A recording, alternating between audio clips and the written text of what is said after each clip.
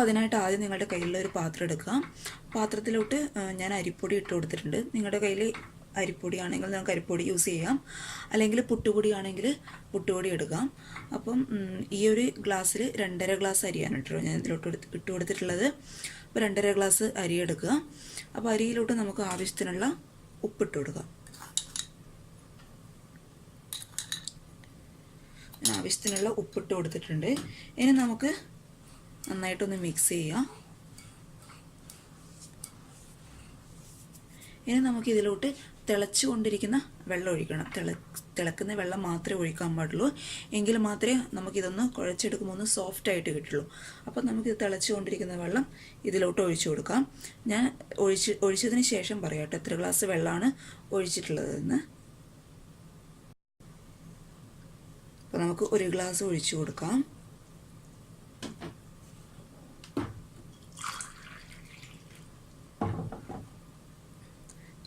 രണ്ടാമത്തെ ഗ്ലാസ് ഞാൻ ഒഴിക്കുന്നുണ്ട്. അപ്പോൾ നമുക്കിത് നന്നായിട്ടൊന്ന് മിക്സ് ചെയ്തെടുക്കണം. മാക്സിമം നിങ്ങൾ ഈ ചൂടോടുകൂടി തന്നെ മിക്സ് ചെയ്യാൻ നോക്കുക. എന്ന് വെച്ച് തിളക്കുന്ന വെള്ളത്തിൽ കൊണ്ടുപോയി കൈ ഇടരുത് കേട്ടോ. നമുക്ക് കുഴച്ചെടുക്കാൻ പറ്റിയ ആ ഒരു ചൂടിൽ നന്നായിട്ട് കുഴച്ചെടുക്കാം. അപ്പോൾ ഞാൻ നന്നായിട്ട് സോഫ്റ്റായിട്ട് കുഴച്ചെടുത്തിട്ട് തരാം. അപ്പോൾ ഞാനിത് നന്നായിട്ട് കുഴച്ചെടുത്തിട്ടുണ്ട്. അപ്പോൾ നിങ്ങൾക്ക് കുഴച്ചെടുക്കുമ്പോൾ കയ്യിൽ ഒട്ടുന്ന അങ്ങനെ ഒരു ബുദ്ധിമുട്ടുണ്ടെങ്കിൽ നിങ്ങൾക്ക് കുറച്ച് ഓയിൽ യൂസ് ചെയ്തിട്ട് കുഴച്ചെടുക്കാം. അപ്പോൾ ഇതിന് നമുക്ക് ആവി കയറ്റിയെടുക്കണം. ആവി കയറ്റിയെടുക്കാനായിട്ട് നിങ്ങളുടെ കയ്യിൽ ഏതാണോ ആവി കയറ്റുന്ന പാത്രം ഉള്ളത് അതിലോട്ട് ആവശ്യത്തിന് വെള്ളം ഒഴിച്ച് ആവി കയറ്റിയെടുക്കുക. ആവി കയറ്റുന്നതിന് മുൻപേ നമുക്ക് ചെറിയ ചെറിയ ഉരുളകളാക്കിയിട്ട് വേണം ആവി പാത്രത്തിലോട്ട് ഇട്ട് കൊടുക്കാനായിട്ട്. അപ്പോൾ നമുക്ക് ചെറിയ ചെറിയ ഉരുളകളാക്കിയിട്ട് പെട്ടെന്ന് തിരിച്ചു വരാം. ഓക്കെ. അപ്പോൾ ഞാൻ മാവ് ചെറിയ ചെറിയ ഉരുളകളാക്കിയിട്ട് ഈ ആവി പാത്രത്തിലോട്ട് വെച്ച് കൊടുത്തിട്ടുണ്ട്. ഈ പാത്രത്തിലോട്ട് അത്യാവശ്യം വെള്ളം ഒഴിച്ചിട്ടുണ്ട്.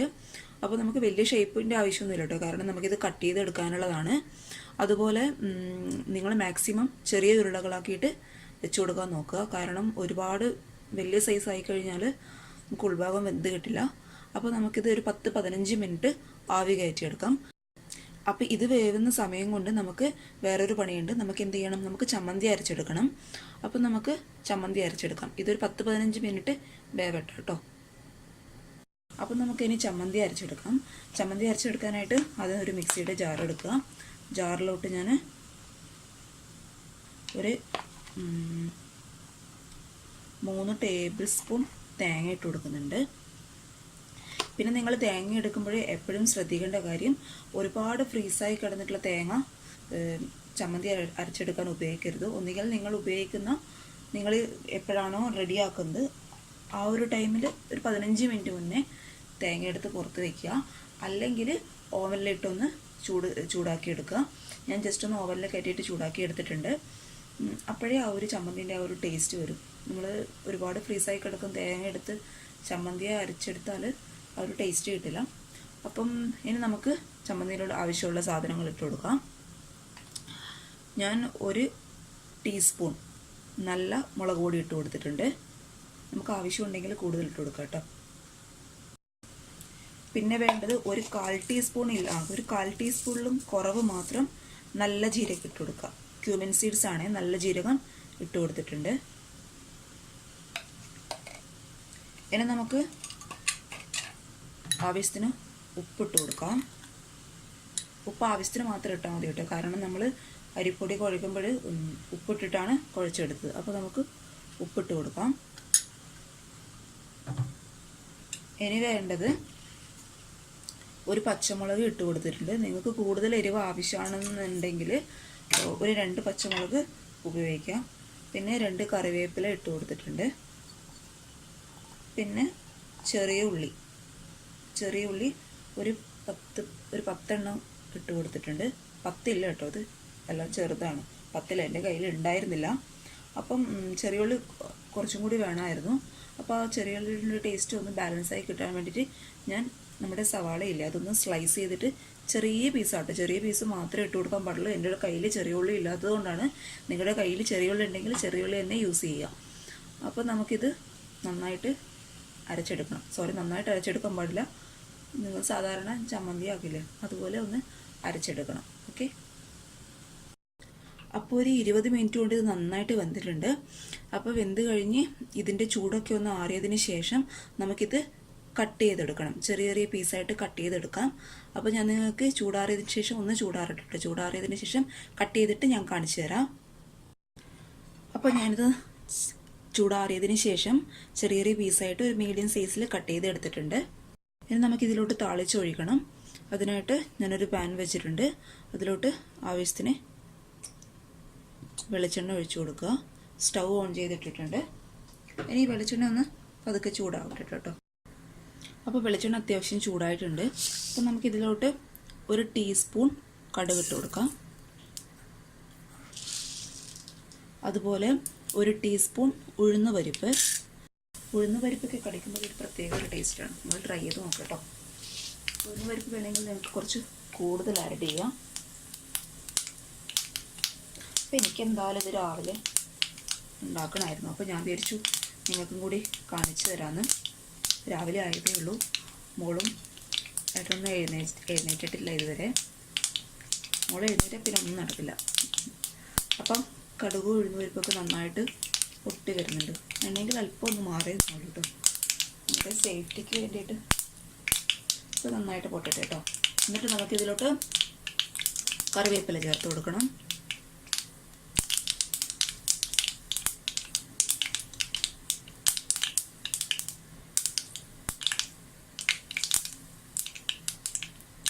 ഉഴുന്ന് പരിപ്പും കടുവും അത്യാവശ്യം പൊട്ടിയിട്ടുണ്ട്. ഇനി നമുക്കിതിലോട്ട് കറിവേപ്പില ചേർത്ത് കൊടുക്കാം. ഇനി നമ്മൾ അരച്ച് വെച്ചിട്ടുള്ള ചമ്മന്തി ഇതിലോട്ട് ചേർത്ത് കൊടുക്കുക. ചമ്മന്തി ചേർക്കുമ്പോൾ തീ എപ്പോഴും സിമ്മിലോട്ട് മാറ്റുക, അല്ലെങ്കിൽ പെട്ടെന്നത് കരിഞ്ഞു പോകും. അപ്പോൾ ഇത് നന്നായിട്ട് ഇതിലോട്ട് ചേർത്ത് കൊടുക്കുക. മിക്സിയിലോട്ട് കുറച്ച് ചൂടുവെള്ളം മാത്രം ഒഴിക്കുക കേട്ടോ. ചൂടുവെള്ളം മാത്രം ഒഴിക്കുക, തണുത്ത വെള്ളം ഒഴിക്കരുത്. ചൂടുവെള്ളം ഒഴിച്ചതിന് ശേഷം നമുക്കിത് ഇതിൻ്റെ അകത്തോട്ട് മിക്സ് ചെയ്ത് കൊടുക്കാം. അപ്പോൾ ഈ ഒരു സ്റ്റേജിൽ നിങ്ങൾ നോക്കുക, ഉപ്പ് നോക്കുക, എരിവ് നോക്കുക.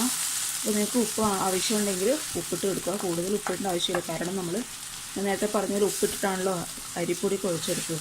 അപ്പോൾ നമുക്കിനി കുറച്ചുകൂടി വെള്ളത്തിൻ്റെ ആവശ്യമുണ്ട്. കുറച്ചുകൂടി വെള്ളം ഒഴിച്ച് കൊടുക്കാം. അപ്പോൾ ഞാനൊന്ന് ടേസ്റ്റ് ചെയ്ത് നോക്കട്ടെ കേട്ടോ.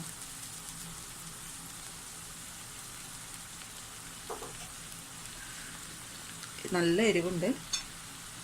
ഞാൻ കുറച്ച് ഉപ്പിട്ട് കൊടുക്കാം. പിന്നെ കുറച്ച് കുറവുണ്ട്, ഉപ്പിട്ട് കൊടുക്കാം. ഇനി നമുക്ക് സ്റ്റവ് പതുക്കെ ഓഫ് ചെയ്യാം. നമ്മൾ കട്ട് ചെയ്ത് വെച്ചിരിക്കുന്ന കൊഴക്കട്ടയുടെ പീസ് ഇതിലോട്ട് ഇട്ട് കൊടുക്കാം. എന്നിട്ടിത് എല്ലാ പീസിലും ഒരുപോലെ മിക്സ് ചെയ്ത് എത്തിക്കുക. ഓക്കെ, നന്നായിട്ട് മിക്സ് ചെയ്യുക.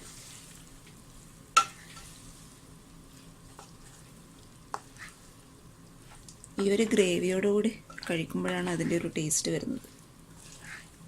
ഞാൻ നേരത്തെ പറഞ്ഞ പോലെ ഉഴുന്ന് പരിപ്പൊക്കെ ഇതിനൂടെ കടിക്കാനായിട്ട് കിട്ടുമ്പോൾ നല്ല ടേസ്റ്റ് കേട്ടോ. എല്ലാ പീസിലും ഒരുപോലെ ചമ്മന്തിയുടെ ആ ഒരു ഗ്രേവി എത്തണം. നന്നായിട്ട് മിക്സ് ചെയ്യുക.